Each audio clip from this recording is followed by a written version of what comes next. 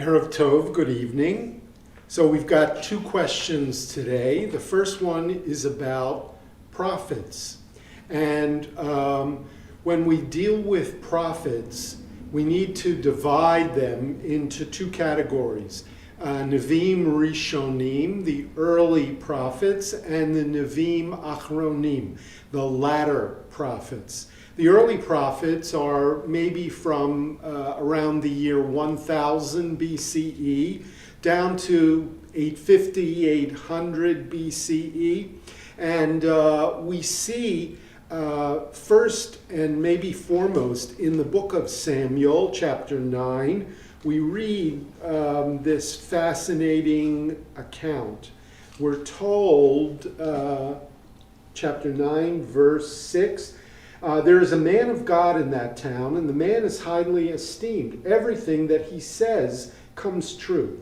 Let us go there. Perhaps he will tell us about the errand on which we set out. This is Saul, who was searching for his father's lost donkeys. They couldn't find him. They said, why don't we go to the seer? He could perhaps tell us. But if we go, Saul said to his servant, what can we bring the man? For the food is in our bag is all gone, and there is nothing we can bring to the man of God as a present. What have we got? The servant answered Saul, I happen to have a quarter shekel of silver. I can give that to the man, and he will tell us about our errand. Formerly in Israel, when a man went to inquire of God, he would say, come, let us go to the seer. For the prophet of today was formerly called a seer. We almost get the idea that these early prophets were sort of like psychics, that you went to them, you paid them a fee, and they could tell you about the hidden things that you were interested, especially about the future. One of the other interesting things we learned is that early prophecy often took place with people who went into ecstatic states. So we're told when Moses was overwhelmed, God sends his spirit upon 70 individuals. Listen to this, the book of Numbers, chapter 11. 2 men, one named Eldad, the other Medad, had remained in the camp, yet the Spirit rested upon them. They were among those recorded, but they had not gone out to the tent. And they spoke in ecstasy in the camp. So whether it was from getting into this ecstatic state, or maybe it was from a kind of a dance, or maybe it simply was a spirit that came from God, or some people might even suggest it was some kind of drugs that these people took, that all of a sudden they became ecstatic, and during that period they had these incredible visions. One of the greatest stories, not only in the Bible, but in all of Judaism, is the story of David and Nathan Hanavi. David, as you may recall, had relations with Bathsheba, who was a married woman. She gets pregnant. David tries to deal with this embarrassment by having her husband killed in battle. And then ultimately, Nathan comes in a public forum and says to David this incredible story. King, I need your judgment. There was a man, and he was very rich, and he had a lot of sheep. And he had a neighbor who was very poor and had only one lamb, and he treated the lamb as a kind of pet. Well, the rich man had a guest, and what did he do? Instead of taking one of his own sheep as a meal for the guest, the rich man took the poor man's ewe lamb and killed it and served it. And Nathan asks David in public, what should be done to such a man? David is outraged at this injustice, and he said that man should be killed. And Nathan Natan, the Navi, the prophet, steps forward, points a finger in David's face, and says in Hebrew, Ata ha'ish, you are that man. In other words, you're the rich guy, you have all these wives, meaning sheep, and here was this poor man, meaning Uriah the Hittite. He had one poor lamb, one poor sheep, and that was his wife Bathsheba, and you took him. And you have pronounced judgment on yourself. You know what? In any other world, even in the Jewish world, the king would have had that person killed. To David's credit, for all the terrible things that David did, to David's credit, he recognizes he did wrong. Can you imagine the chutzpah, the guts, the courage that Nathan had? Well, that's one of the things that a prophet did. When God says, I have a message, I want you to bring a message, that was the idea. There's a similar story with Elijah the prophet in the first book of Kings, chapter 21. There, right next to the palace of Ahab and Jezebel, there's a small plot of land, and there's a guy named Naboth, and the king very much wants that land. And so he goes to Naboth and he says, sell me the land. And Naboth said, it's part of the family inheritance, I can't do it. So what happens? Jezebel, the evil wife, she arranges for two false witnesses to come and to say, that man, Naboth, he did something terrible, and these two witnesses swear, and ultimately the penalty is death, and when there's a capital punishment, the property of the poor man goes to the guilty man goes to the state, and the king got the property that he originally wanted, and Naboth wasn't willing to give him. So what happens? God sends Elijah the prophet, and here he doesn't trick the king like Nathan had to do. He simply condemns him, and he says, you have taken away a man's land, you have also murdered, and what you did to him will now happen to you. You and Jezebel the queen will die because of this. All right, so those are early stories about the role of the prophet, whether it's psychics or ecstatics or people who could see into the future, and you paid them, a few coins, and that's how they made their living.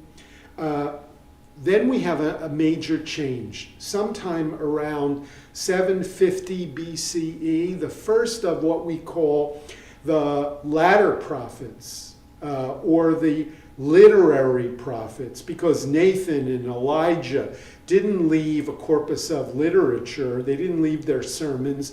They didn't leave their speeches. But beginning with Amos, the prophets now do. So they're often called the classical prophets, or the literary prophets, or the later prophets.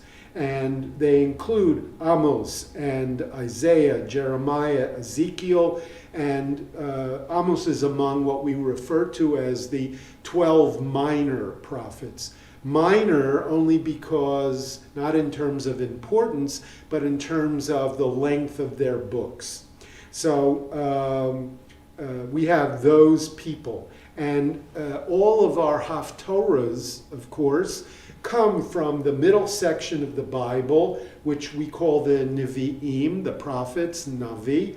And sometimes they're simply stories from the book of Joshua or Judges, Samuel or Kings, but mostly the Haftorahs are from the literary prophets, mainly Isaiah, Jeremiah, Ezekiel, and the 12 others.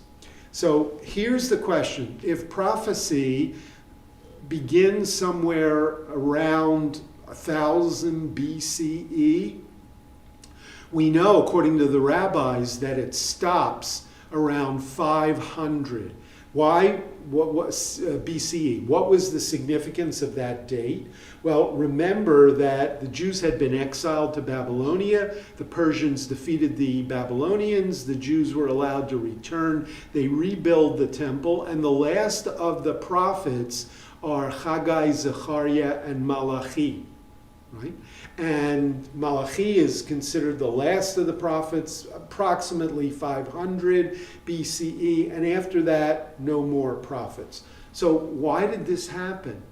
So one possibility, from a traditional point of view, we're told that God stopped prophecy. It was probably a kind of a punishment. Because the Israelites sinned, no longer would God favor them. You want to know what God says? Well, there's a guy who's an intermediary, and who could tell you.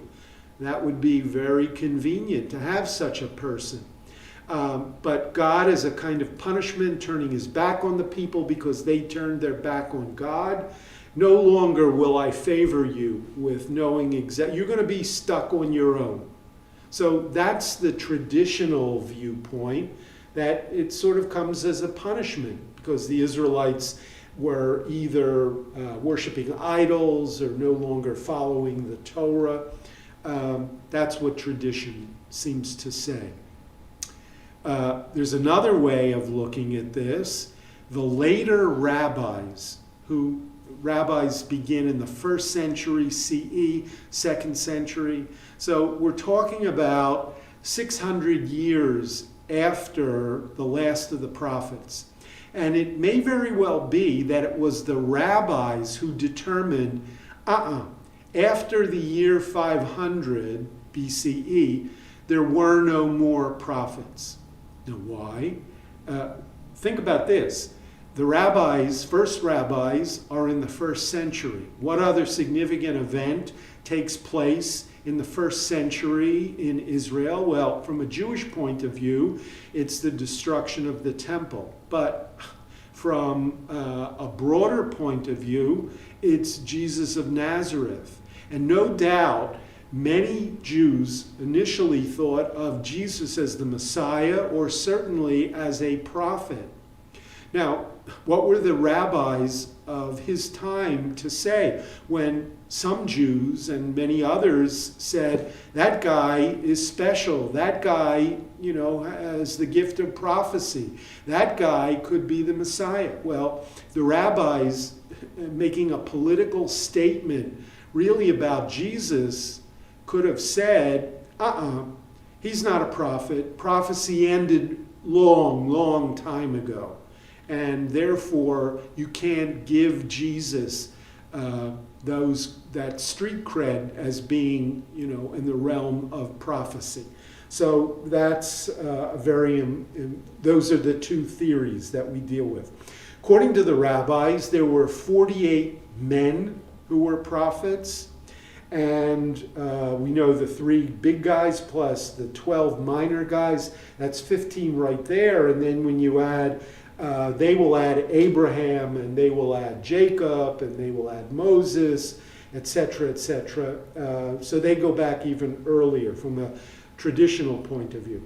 The rabbis tell us there were also 7 women prophets. Sarah was considered one, Miriam, Deborah, Hannah, Rosh Hashanah, first day, Haftorah, Abigail, which is David's wife, Huldah, and Esther. Those were considered, from the point of view of tradition, the 7 women prophets. So what exactly did the prophets do? So they generally came, when we're speaking about the literary classical prophets now, not the seer who could tell Saul where his lost donkeys were. Right? We've changed. And we've become much more serious about prophecy. And ultimately, what was the job of the prophet, the classical prophets? So 2 things.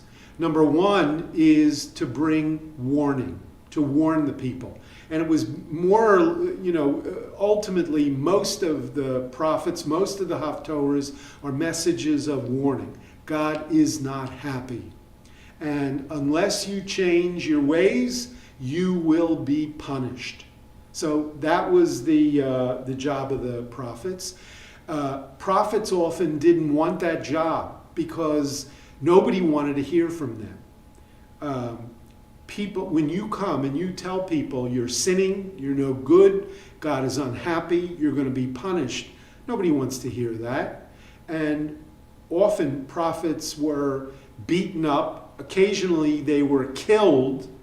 We know that Jeremiah, the tragedy of his life is he had to bring this message. He didn't want to bring this message, but he did. People spat on him, threw him in jail, beat him up, mocked him. You can imagine what kind of life when you feel compelled to bring God's message and nobody wants to hear it. It wasn't just that they would ignore you. They would threaten you and kill you. And so you can imagine this terrible pull in two different directions and the tragedy of being a prophet. The example of somebody who said, I ain't doing that is, of course, Jonah. We read on the afternoon of Yom Kippur. God says, go to the town of Nineveh, today it would be Turkey or Syria, and bring this message to the non-Jews in Nineveh that God is unhappy with what you're doing, and if you don't change, the city will be destroyed. Jonah didn't want to give these people, first of all, they weren't Jewish. He didn't want to give them another chance. He wanted God to punish them. So God says, go east, and what does Jonah do? He goes west, goes to basically what would be Jaffa today, gets on a boat and tries to head as far away as possible. God is going to track him down. There's a storm. Jonah says, God's chasing me. I'm going to kill myself. He has the people on the boat throw him overboard. He's happy to die. He doesn't want the job and the responsibility that God has given him. And that's when the great fish comes and swallows Jonah and then spits him out on shore. And Jonah, says, I might as well do what God says because I don't have another alternative. Right? He's going to chase me down. So that's the first job of the prophet, to bring God's message. I'm very unhappy. Right? You better change or else. Then there's a second issue that a prophet sometimes comes, and that is the message of comfort. Often these prophets come after a tragedy, a national tragedy, most significantly after the destruction of the temple, 586 BCE, and the great prophet of the time, two prophets were Isaiah, second Isaiah really, and Ezekiel. And they brought messages of comfort and consolation to the Jewish people. Don't worry, God still loves us. He's going to restore us. We'll be brought back to our homes. We will rebuild the temple. Right? Even that job, people weren't going to beat you up, spit on you, and kill you for that message. But most people would say, I don't believe it. Because if what you're saying is true, why did all this terrible thing happen to us? And what are we doing here in exile? And why hasn't God done what you said he's going to do? So often people didn't believe that guy, but at least they didn't try to kill that guy. You can imagine that there were, throughout Jewish history, false prophets. People who would come and say, thus says the Lord, this is what's going to happen, you should do this. And you should know that the Torah itself, Deuteronomy chapter 18, says a man might arise and he might speak in my name. How are you going to know whether he's telling the truth or not? whether he's just making it up or he's delusional. And again, the thing that he says will happen, does it happen? That's A. And B, if he tells you to go against the Torah and the words of the Torah, you can be pretty sure that he's not speaking in my name, says God. So, Deuteronomy is already dealing with that, but throughout history, there's always going to be people who either think, are delusional and think God has spoken to them, or are using that as a ploy to get people to follow them. Often, prophets would come to the kings with political messages. In other words, the issue, for instance, was when Assyria is coming down from the north, or later Babylonia is coming down from the north. Should we fight them? Should we make alliance with the Egyptians and go to war or not? And often a prophet would come and would tell the king, God told me that yes, you should make an alliance with the Egyptians and fight the Babylonians, and you will be successful. So it was a political message. The problem was another prophet would come and would say, no, that's not true. This guy is making it up. God spoke to me and he told me, submit to the enemy, because the Jewish people need to be punished for their sins. And after the punishment, then God will restore you. So who's the king supposed to listen to? Right? The prophet that says, make an alliance, fight the enemy, and be victorious? Or the prophet that says, submit, take your punishment, and pray to God for him to restore you? So this process went on over and over again. My guess is that ultimately, again, as I mentioned before, many people probably thought Jesus was one of those prophets, and the rabbis had to undercut that by their statement that Zechariah, Haggai, and Malachi were the last of the prophets. God doesn't work that way anymore. So finally, about prophets, I would tell you that the three S's, the three ways that the prophet, the kinds of messages or the form that he would come with. First are stories. Okay, he was a story. Sometimes the prophet is a storyteller.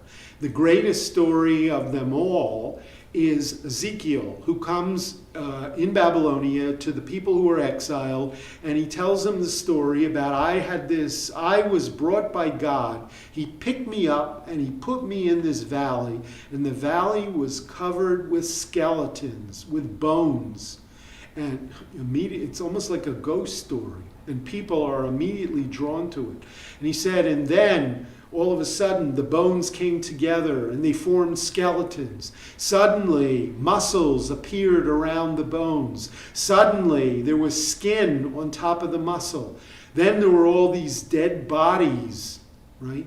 And suddenly there was a wind which came and which entered the nostrils of all of these dead bodies, and suddenly eyes opened and they sat up. And so here Ezekiel is telling this ghost story, and the people are intrigued. What's this about? And he said, this is about you. You are the dead bodies, the people who were exiled, who were destroyed, what is God going to do? He's going to put us back together. You can't put Humpty Dumpty back together, but you can put the Jewish people back together by bringing their bones together and reviving them. So a storyteller is one of the things that he does. Another thing that he does is he tells sermons. He's a preacher. And so, we saw right before Rosh Hashanah, between Rosh Hashanah and Yom Kippur, the sermon of Shuvah Yisrael, Return, O Israel. You can imagine a rabbi giving this speech, Problem with speeches is, after a while you get bored, and maybe the guy who delivers the sermon isn't so exciting. So, and you're depending on the words, and are people going to be able to pay attention? So there were sermons, there were stories, and as I've been sharing all this year in our adult ed course, there's also street theater. And one of the greatest examples of that is, once again, Ezekiel, who does the magician's rope trick. And instead of using rope, he used a stick. So he takes a stick, breaks it in half, and he writes on one half of the stick Judah, which was the southern part of the Jewish nation. And then on the other stick, he writes Israel, or Ephraim, which was the name of the northern kingdom, the 10 tribes. And he takes these two broken sticks, and he says, is it possible to unite these sticks? And people say, can't do it. So he puts the two sticks in his fist, and abracadabra, and all of a sudden there's one stick. And people say, oh, great trick, how'd you do that? He said, don't worry how I did it. The important thing is the message. And the message is that God will reunite the two separated parts of the Jewish people. The southern tribe of Judah, the northern tribe of Israel, northern tribes of Israel. And we will be a united people once again. So through these three means of stories, of sermons, of street theater, the prophet would often deliver his message. Was he successful? Probably most of the time not. But, we would ask the question, what was it that did God really speak to him? And then in the year 500, God stopped speaking to anybody? Or were these people who were compelled by their conscience to speak? And either they said, this is what God told me in a vision, in a dream, or in my heart. I know that this is what God would want of us. Final question is there prophecy today? So from a Jewish point of view, no. There hasn't been real prophecy since 500 BCE. But are there prophets?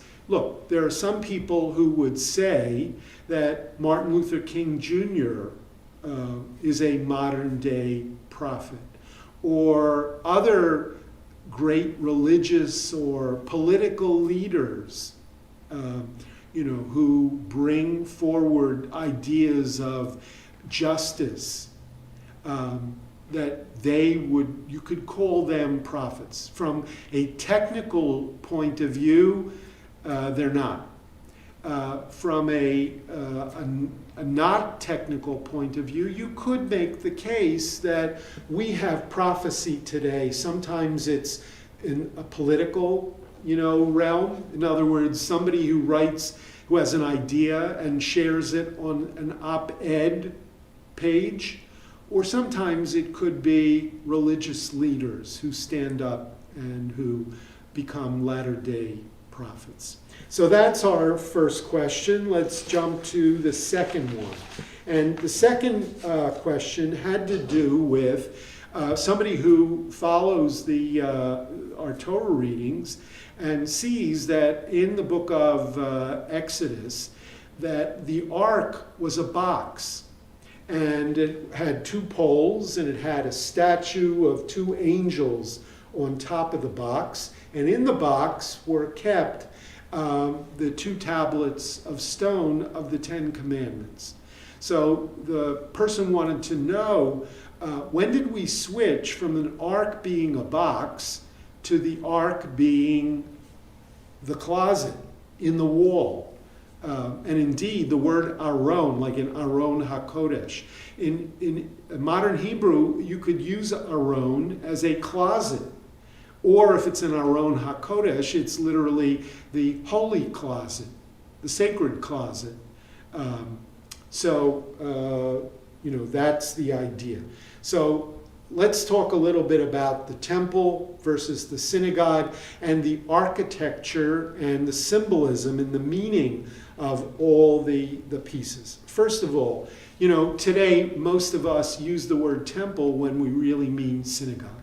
But the difference is temple is we're talking about the temple, the one temple that existed in Jerusalem, built by Solomon. And before that, the proto-temple was the tabernacle, the Mishkan, the sanctuary, which was the tent, which was constructed during the time of Moses. So here's the first thing that you need to know. The sacred center, the religious center during the period of Moses, and then later during the temple, when you had the temple in Jerusalem, here's the way it worked. Either there was a tent or there was the building. People did not go into the building. The temple was God's house. It's not where people went. The only people who went into it were the Kohen and the Levi. It was really God's house. It was built as a place for God to live. Yes, I know God is everywhere and he's not confined to one place. But in a primitive world, people believed that the temple was the house of God, literally. And so the idea was people didn't go into the temple. There were no pews, there were no books. What did you do in the temple? You brought your sacrifices. Now, understand that you've got the temple or the tabernacle or the tent, right? And outside of it, that's where the altar was. There was a huge courtyard. Actually, in Solomon's temple, there were 3 courtyards. The first courtyard was Ezrat Yisrael, where the Israelites, meaning where the multitude of men were. Behind that was the Ezrat Nashim, the women's courtyard. Men and women didn't mix at that time, probably because you came for a religious purpose. And if men and women were mixing in the ancient world, often, especially in Canaanite religion, the mixing of the sexes often led to immoral kinds of things, sometimes which were part of the religion. The women were kept in the middle section, the men in the front section. Then there was a third area, a third courtyard way in the back, which was the Gentile courtyard.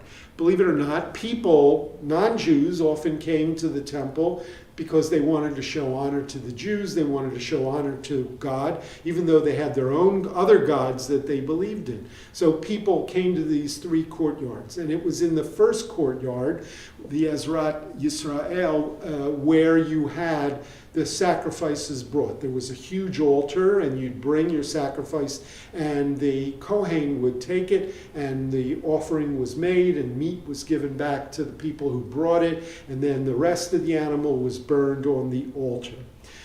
Inside the building, or inside the tent, you had 2 areas. The first area was called the Kodesh. In the Kodesh, the first area, you had the menorah, 7-branch menorah. You had the incense altar, a smaller altar in which they burned spices, which created a cloud, which created a sense of mysticism and mystery. And it also covered up the foul smell of dead animals. Okay? And you had a table.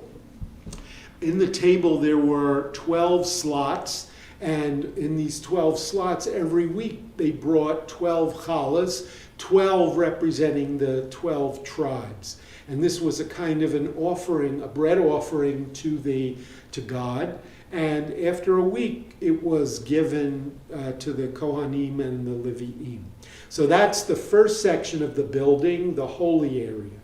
And then you had a separation, and then you had the Holy of Holies.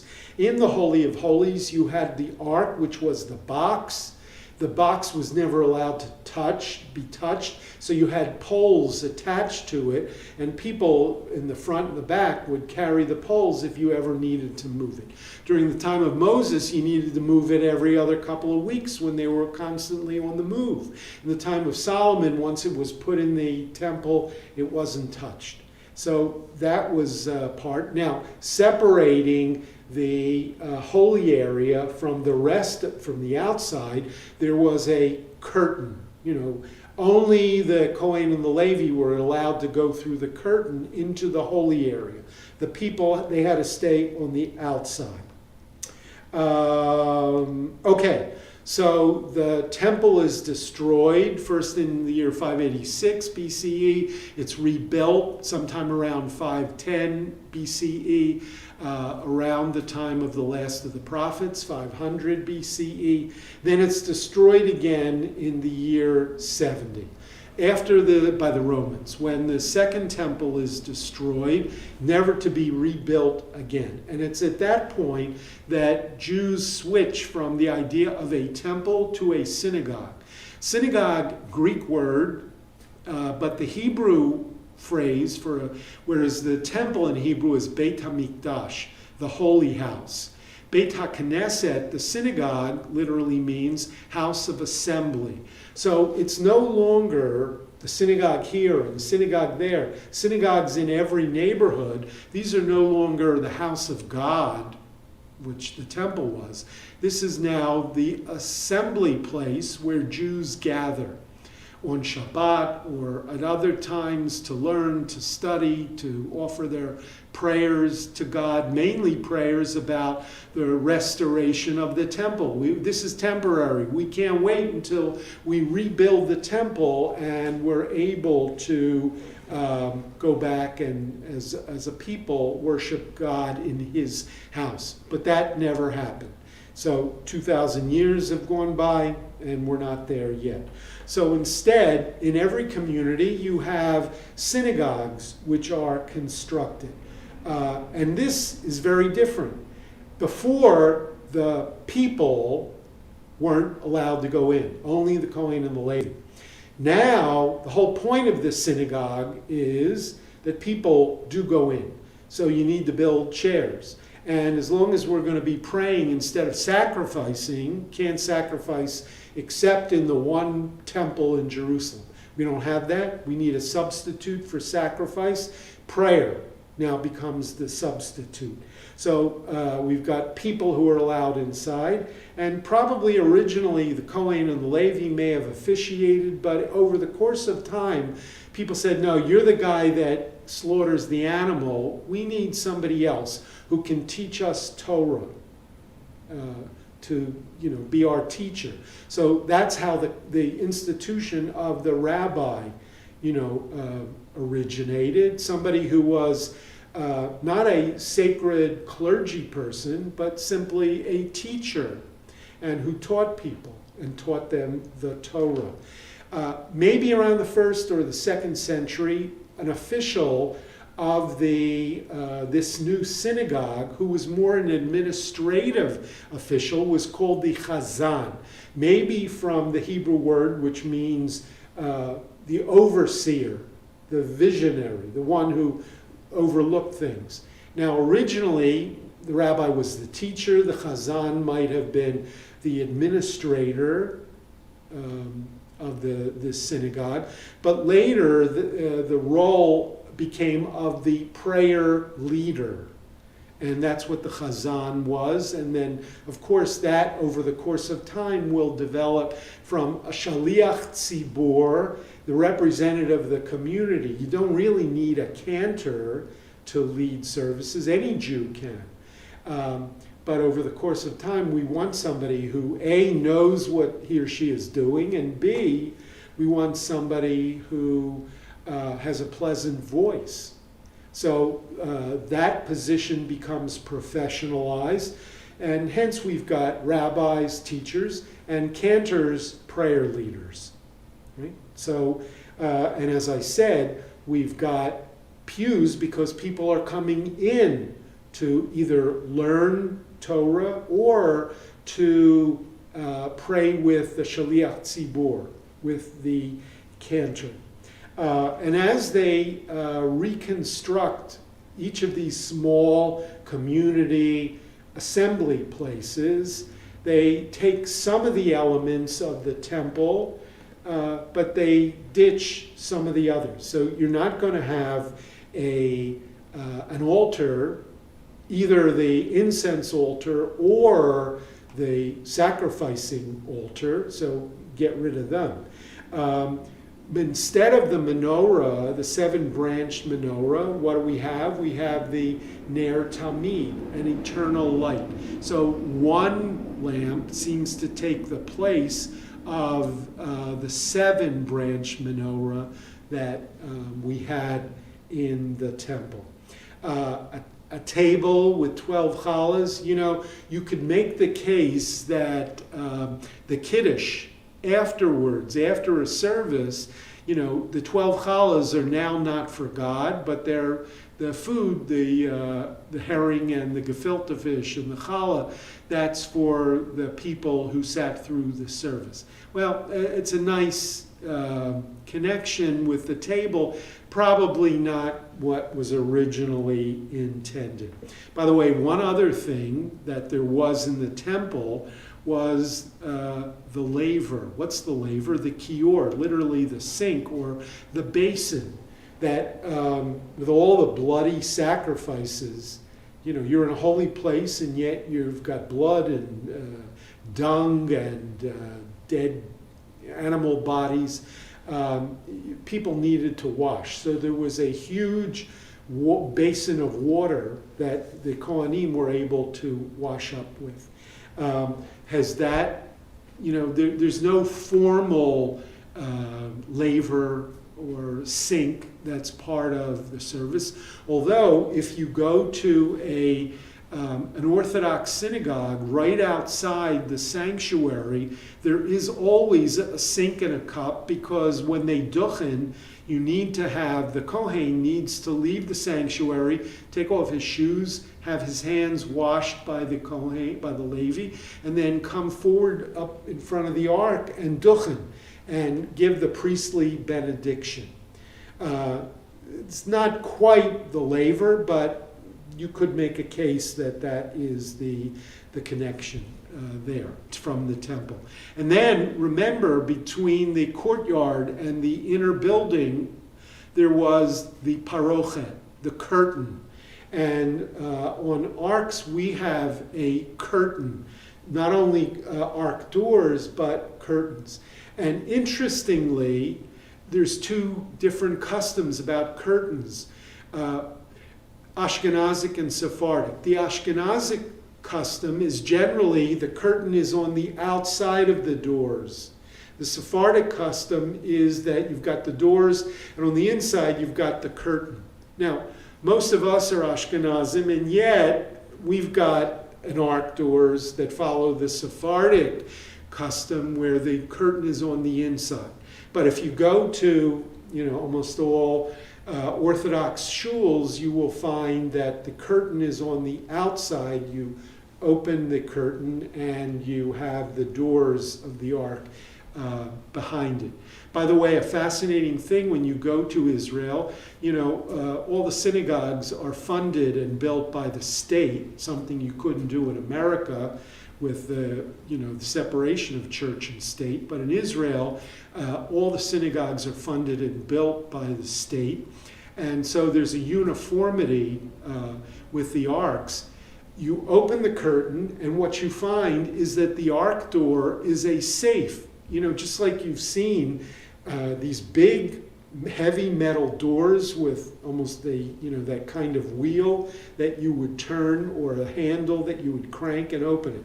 What's the point of that? Well, number one, so that nobody should steal the Torah. And number two, in a country that's often at war, where synagogues very easily could get bombed, this was a way of protecting the most sacred thing in the synagogue, which was the Torah scroll. So in Israel, arks are really safes in the wall, which is fascinating. So over the course of time, we've got, the Sidurim. Originally, think about this, until Gutenberg, to have a book was only the richest people could afford a book, because a book was basically calligraphed, each one individually. First of all, common people most of them probably weren't literate. And second, they couldn't afford the book. So what happened? In those days, one of the jobs of the cantor was to recite the prayers out loud, so that people who didn't have the book and weren't familiar with the prayers could simply listen and say Amen. And by saying Amen, you got credit for what the cantor said. So after the invention of the printing press, when books become more prevalent and not so expensive, everybody could have a Siddur, and over the course of time, more people, literacy improved, so more people could follow along and knew what it was that they were saying. Okay, so in addition to the Holy Closet and the Ner Tamid, what else do we have? Well, two things. We've got the Torah table and the lectern, where the cantor davens from. Now, in our shul, very often, it's the same place. We read the Torah from the same table where the cantor davens from. But traditionally, there were two separate places. The table where the Torah was read, and a separate place where the cantor or whoever was leading davened from. It wasn't. The table for the Torah is one thing. The stand, the lectern where you pray from, is different, right? So you've got, in a sense, you could make a case that we have things going in two different directions. The Torah table is where God is giving us the words of the Torah. So it goes from God down to the people. The lectern, where people are praying from, or the cantor is praying from, this goes in the other direction. It's from people up to God, right? So Torah table up to down, and the lectern down to up. So you had these two different places. They're separate in traditional synagogues. In Reform and Conservative, often they're the same, could be the same place. Okay? In our synagogue, obviously, we have lecterns where the rabbi is at a lectern, and you've got the table, not only where the cantor davens from, but where the Torah is read from. So that's an evolution over the course of time. The Torah table, where you read the Torah, in Eastern Europe, they called it the bima. We think of the bima as the whole stage, but technically, bima, the higher place, was where you read the Torah. That's what Eastern European Jews called the Torah table. In Central or Western Europe, they used the word almemar, and that's meant the same thing. And among Sephardic Jews, they call it a teva. Teva could mean, it could mean like a boat. The ark that Noah was in, or that Moses was placed in, those are called a teva. A teva is a box. So it was almost like the table was originally a big box that people put the Torah on top of. So bima, almemar, and teva were where you read the Torah from. And then the place where you davened from was called the amud. Amud could be translated as a column, okay? And often, and this is fascinating, whereas the bima was higher up because you're reading from the box, right? Torah is put on top of this teva, this box, this table.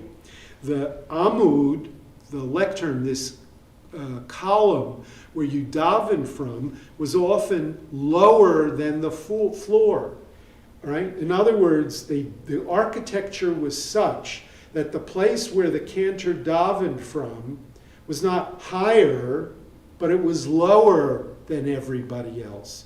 Why?